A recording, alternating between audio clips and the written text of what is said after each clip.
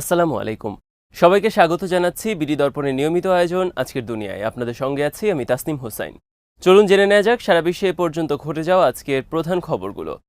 ফ্রান্সে আগাম পার্লামেন্ট নির্বাচনে প্রথম দফার ভোটে পরাজিত হয়েছেন প্রেসিডেন্ট ইমানুয়েল ম্যাক্রোর দলের নেতৃত্বাধীন জোট। ভোটার হিসেবে এগিয়ে আছে কট্টর ডানপন্থী নেত্রী মেরিন লা পেনের জোট। ফ্রান্স 24 এর খবরে বলা হয়েছে, আগাম নির্বাচন ডেকে প্রেসিডেন্ট ম্যাক্রো যে জুয়া খেলেছিলেন তাতে তিনি হেরে গেছেন। প্রতিবেদনে আরও বলা হয়েছে, রোববার ফ্রান্সের পার্লামেন্ট নির্বাচনের প্রথম রাউন্ডে জয়ী হয়ে ডানপন্থীরা সরকার গঠন এবং প্রধানমন্ত্রীর পদ গ্রহণের ঐতিহাসিক সুযোগের সম্ভাবনা দেখছে। প্রেসিডেন্ট ইমানুয়েল ম্যাক্রোর মধ্যপন্থী জোট তৃতীয় স্থানে রয়েছে। তবে সংখ্যাগরিষ্ঠতা পাওয়ার জন্য মেরিন লে পেনের উগ্র ডানপন্থী ন্যাশনাল র্যালিকে আগামী 7 জুলাইয়ের দ্বিতীয় দফা ভোটের দিকে তাকিয়ে থাকতে হবে, কারণ ক্ষমতায় যাওয়ার জন্য তাদের নিরঙ্কুশ সংখ্যাগরিষ্ঠতা প্রয়োজন।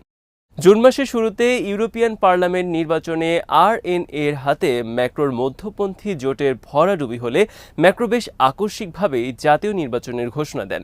এই সিদ্ধান্তের মাধ্যমে নিজের কিছু ঘনিষ্ঠ মিত্রদেরও হতবাক করে দেন ম্যাক্রো, কিন্তু তার এই সিদ্ধান্ত এখন উল্টো ফল দিতে যাচ্ছে। ম্যাক্রোর জোট এখন পার্লামেন্টে আগের চেয়ে ছোট আকার ধারণ করবে বলেই মনে করা হচ্ছে। এর ফলে প্রেসিডেন্ট হিসেবে ম্যাক্রোর ক্ষমতা তার মেয়াদের বাকি 3 বছরে অনেকটাই খর্ব হয়ে যাবে। ডানপন্থী আরএনএ এবং তাদের মিত্ররা 33.2% ভোট পেয়েছে প্রথম দফায়। দ্বিতীয় অবস্থানে থাকা বামপন্থী নিউ পপুলার ফ্রন্ট পেয়েছে 28.1% ভোট, আর ম্যাক্রোর জোট পেয়েছে 21% ভোট।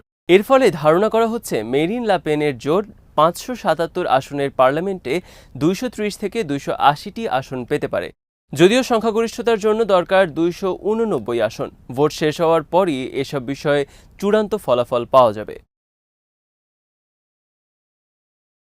যুক্তরাষ্ট্রে আগামী প্রেসিডেন্ট নির্বাচন নিয়ে প্রথম বিতর্কে বিপর্যয়ের পর জো বাইডেনকে নিয়ে হতাশ তার দল ডেমোক্রেটিক পার্টি। এরপর থেকে 81 বছর বয়সী বাইডেন নভেম্বরের নির্বাচনে ট্রাম্পকে সামলাতে পারবেন কিনা সে নিয়ে প্রশ্ন উঠেছে।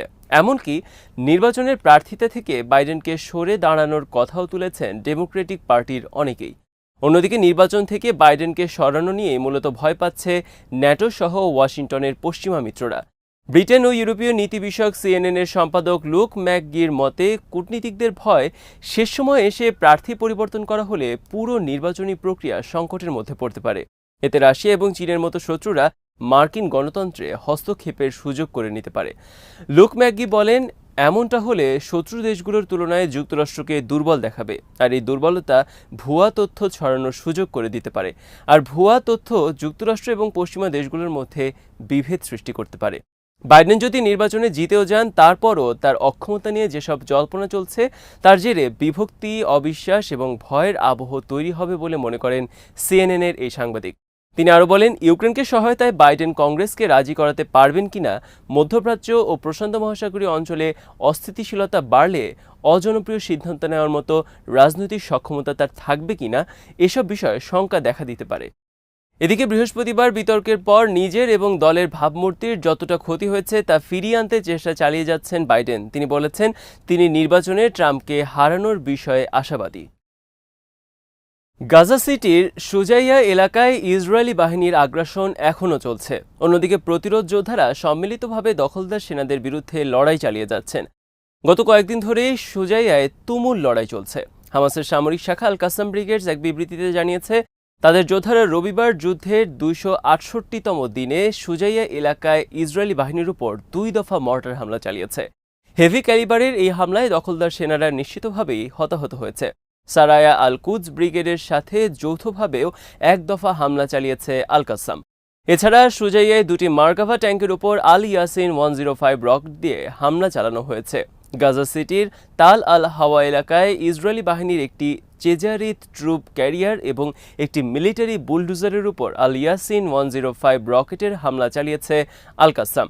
একই এলাকায় একটি নামের ট্রুপ ক্যারিয়ার ধ্বংস হয়েছে হামাসের হামলায়। গাড়িটিতে থাকা সেনারা নিশ্চিতভাবে নিহত এবং আহত হয়েছে। মধ্য গাজার নেতজারিম এলাকায় স্থাপিত ইসরায়েলি বাহিনীর কমান্ড অ্যান্ড কন্ট্রোল সেন্টার লক্ষ্য করে রাজুম রকেট হামলা চালানো হয়েছে। উপত্যকার আরেক প্রতিরোধ সংগঠন আল কুদস ব্রিগেডস জানিয়েছে, গাজা সিটির সুজাইয়া এলাকার পূর্ব দিকে দখলদার সেনাদের উপর হেভি মেশিনগান এবং অ্যান্টি পার্সোনাল ওয়েপন্স দিয়ে হামলা চালিয়েছে তাদের যোদ্ধারা। সুজাইয়ায় এক ইসরায়েলি সেনাকে হত্যা করেছে আল কুদস ব্রিগেডসের স্নাইপার টিম। এছাড়া কয়েকটি পয়েন্টে ইসরায়েলি বাহিনীর উপর মর্টার এবং রকেট হামলা চালিয়েছে তারা। দক্ষিণ গাজার রাফা শহরে ইসরায়েলি সামরিক যানবাহন লক্ষ্য করে মাটিতে পুঁতে রাখা 2টি বোমার বিস্ফোরণ ঘটিয়েছে যোদ্ধারা। প্রথম বোমাটি বিস্ফোরণের পর উদ্ধারকারী সেনারা এগিয়ে এলে দ্বিতীয় বোমাটির বিস্ফোরণ ঘটানো হয়। এছাড়াও রাফা ক্রসিং, নেতজারিম এলাকা সহ কয়েকটি জায়গায় মর্টার হামলা চালানো হয়েছে। উত্তর ইসরায়েলের সামরিক ঘাঁটি এবং সেনা সদস্যদের টার্গেট করে রবিবার সিরিজ হামলা চালিয়েছে লেবানন ভিত্তিক প্রতিরোধ সংগঠন হিজবুল্লাহ। এক বিবৃতিতে হিজবুল্লাহ জানিয়েছে, গাজার মানুষের প্রতি সংহতি এবং লেবাননে ইসরায়েলি হামলার প্রতিবাদে এইসব হামলা করা হচ্ছে। সংগঠনটির বিবৃতিতে বলা হয়েছে, ইরান বসতিতে ইসরায়েলি সেনাদের ব্যবহৃত একটি ভবন লক্ষ্য করে কার্যকর অস্ত্র দিয়ে হামলা চালানো হয়েছে রবিবার। হামলাটি সরাসরি টার্গেটে আঘাত এনেছে এবং বিরানিত সেনা ঘাঁটিতে ইসরায়েলি বাহিনীর ৯১তম ডিভিশনের সদর দফতর লক্ষ্য করে বুরকান রকেট দিয়ে হামলা চালানো হয়েছে। হামলায় ভবনটি আংশিক ধ্বংস হয়েছে এবং সেনারা হতাহত হয়েছে বলে জানিয়েছে হিজবুল্লাহ। বিকাল ৪টা ৪০ বেইত হিলাল ঘাঁটিতে সাহেল ব্যাটালিয়নের সদর দফতরে ফালাক রকেট দিয়ে হামলা চালায়। হামলায় ভবনটি ক্ষতিগ্রস্ত হয়েছে। হিজবুল্লাহর বিবৃতিতে বলা হয়েছে, দক্ষিণ লেবাননের শহর ও গ্রামগুলোতে ইসরায়েলি হামলার প্রতিবাদে তাদের যোদ্ধারা মেতুল্লা বসতিতে সেনাদের ব্যবহৃত একটি ভবন লক্ষ্য করে হামলা করেছে। প্রায় একই সময় গোলান উপত্যকার রেভায়া ঘাঁটিতে ১৮৮তম আর্মার্ড ব্রিগেডের সদর দফতর লক্ষ্য করে ড্রোন হামলা চালিয়েছে হিজবুল্লাহ। একমুখী আত্মঘাতী ড্রোন দিয়ে এই হামলা চালানো হয়। হামলার ফলে ঘাঁটির বেশ কয়েকটি স্থাপনায় আগুন ধরে যায় এবং হতাহতের ঘটনা ঘটে।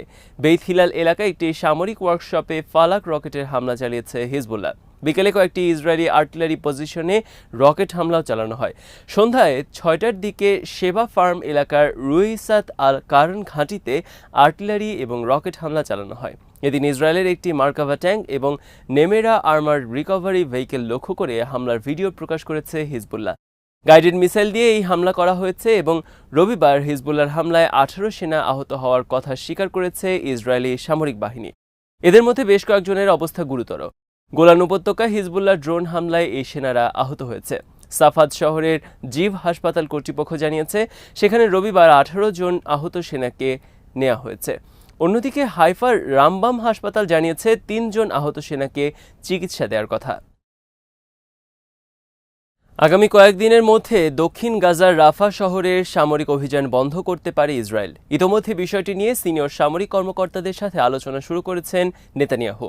এই খবর সত্যি হলে গাজা যুদ্ধের ধরন বদলে যেতে পারে।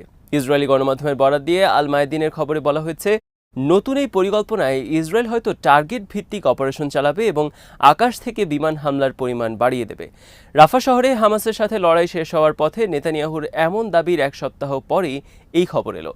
গত সপ্তাহে চ্যানেল 14কে দেওয়া এক সাক্ষাৎকারে নেতানিয়াহু বলেছে, হামাসের বিরুদ্ধে তীব্র যুদ্ধের ধাপ শেষ হওয়ার পথে, তবে এর ফলে যুদ্ধ থামবে না বলেও তিনি জানিয়ে দেন।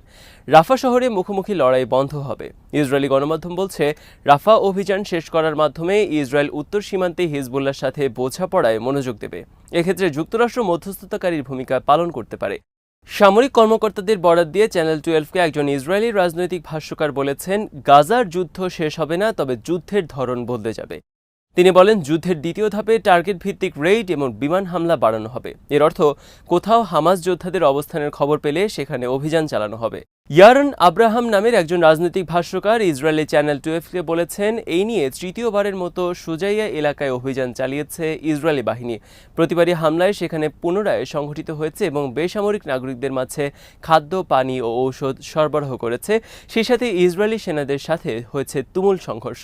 রাফা শহরেও একই পরিস্থিতি সৃষ্টি হতে পারে। ইসরায়েলি বাহিনী চলে গেলেই হামাস আবারও সেখানে সংঘটিত হবে।